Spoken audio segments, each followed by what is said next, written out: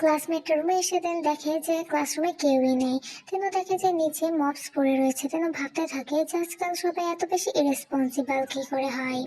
তেনু আলমিরার দরজা খুলতেই ওনার জিন ওখান থেকে বেরিয়ে আসে। ওদেরকে দেখেও ঘাবড়ে গিয়ে বলে যে তোমরা এখানে কি করছো। ইয়ন তখন বলে আমি পিই ক্লাস বাঙ্ক করছি, তো তাই টিচারকে দেখে লুকাইছিলাম আমরা এখানে। ক্লাসমেটটা তখন বলে তোমরা দুজন সত্যি কি যে করো না এই গরমের মধ্যে ওখানে। যাকে বাট তোমাদের দুজনের ফেস এত কেন লাল হয়ে আছে। টেনো চলে যেতে যেতে বলে সিওজিন চলো নাহলে তুমি বিপদে পড়ে যাবে। জিন তখন বলে ও হ্যাঁ আসছি। ইয়ন তখন বলে কিম সিওজিন। জিন তখন যেতে যেতে বলে ফ্রেশ আপ হয়ে নেক্সট ক্লাসে দৌড়াও, এই ব্যাপারে পরে কথা বলা যাবে। ইয়ন তখন বলে হোয়াট দ্য হেল, তুমি এভাবে চলে যাচ্ছ? তবে যাওয়ার আগে একটা কথা তো বলে যাও, আমরা কি এখন ডেট করছি? দেন আমাদের কিছুদিন পরে সিন দেখানো হয় যেখানে অলরেডি উইন্টার চলে এসেছে। ইয়ন তখন বলে যে অনেক বেশি ঠান্ডা। জিন তখন বলে তোমার তো ইজিলি গরম লেগে যায়, আবার এখন ইজিলি ঠান্ডাও লেগে যাচ্ছে। ইয়ন তখন বলে তোমার যদি আমার হাত না ধরার থাকে তো চুপ করে থাকো। ইয়ন দেন ভাবে ইন দ্য এন্ড আমরা আর কাপাল হইনি।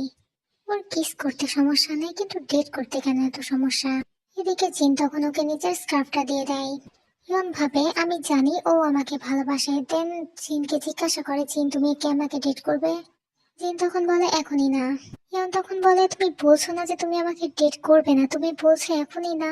তুমি যখন এই কথা বলে আমার তো স্ট্রেস আরো বেড়ে যায়, আমার মনে হচ্ছে আমি পাগল হয়ে যাব।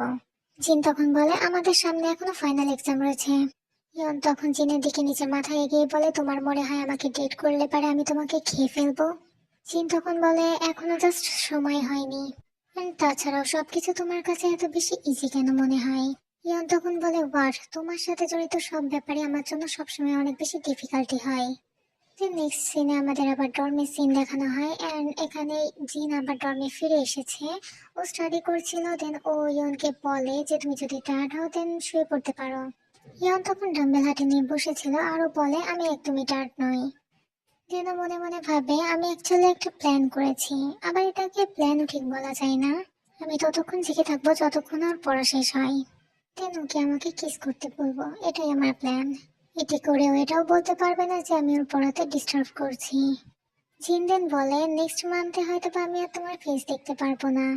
ইয়ন তখন বলে কম্পিটিশনের সিজন যে চলবে। জিনদেন বলে তো তুমি ন্যাশনাল টিমের সাথে ক্যাম্পিং করে বেড়াবে, অনেক বেশি ফ্রি টাইম থাকবে, তো আমার তো এখনই জেলাস ফিল হচ্ছে। ইয়ন দেন হাই তুলে বলে যে এটা আন্ডার 18 ওয়ার্ল্ড কাপ তো। জিন তখন বলে এনিওয়ে গুড লাক, নিজের বেস্টটা করো। ইয়ন তখন বলে বেস্টটা করতে গেলে পারে আরো বেশি খারাপই হবে। জিন তখন বলে সেটাও ঠিক, কিন্তু তুমি অনেক ভালো খেলো, তো তোমার চিন্তা করারও কিছু নেই।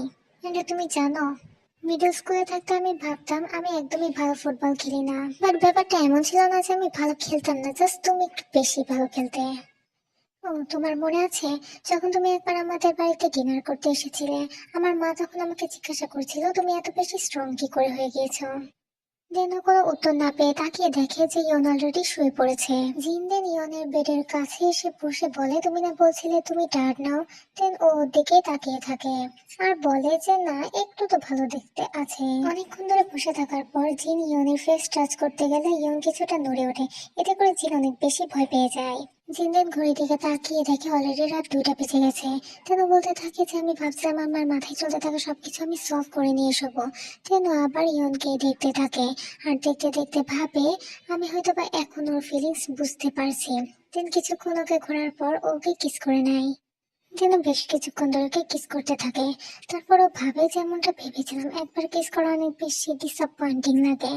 বাট ইয়ন তখন উঠে ওর লিপসে লিক করতে থাকে। এটা দেখে জিন ওখান থেকে ধরে পালাতে গেলে ইয়ন ওর হাত ধরে টেনে নিয়ে বেডের উপর শুয়ে দেয় এন্ড ওর উপরে চলে আসে। যেন জিনকে বলে যে এসব তুমি আগে স্টার্ট করেছো। জিনদিন বলে এটা একদমই ঠিক নয়, তুমি কেন ঘুমানো প্রিটেন্ড করছিলে? ইয়ন তখন বলে ঠিক না কি, আমি ঘুমিয়ে পড়েছিলাম, তুমি আমাকে জাগিয়ে দিয়েছো। জিনদিন ইয়নকে সরি বললে ইয়ন বলে যেন আমাকে আরো কিস করো। জিন তখন বলে তুমি যখন ঘুমিয়েছিলে তখন তো করেছি। ইয়ন তখন বলে তো তুমি কি অন্য কিছু করতে চাও? আমি তো তোমার সাথে সবকিছুই করতে চাই। জিন তখন বলে তুমি পাগল হয়েছো, বাট আমি নাই, আমি এটা বলতে চাইনি। ইয়ন দেন বলে আমি এটা করতে পারবো না ওটা করতে পারবো না, সবকিছু এত কমপ্লিকেটেড করার কি আছে। জিন তখন বলে তুমি জাস্ট কোনো ব্যাপার ঠিক করে ভাবো না, এন্ড তুমি ওইসব কিছু নিজের ফ্রেন্ডের সাথে এত ইজিলি কিভাবে করতে পারো।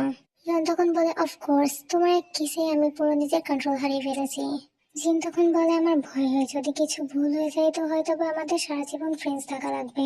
ইয়ন তখন বলে সারা জীবন আর আমার রেসপন্সিবিলিটি নিতে হবে। জিন দেন বলে সিরিয়াসলি? দেন সবকিছু রেসপন্সিবিলিটি তুমিই নিও আমার শত্রু। এন্ড দেন ওরা ওখানে কিস করতে থাকে।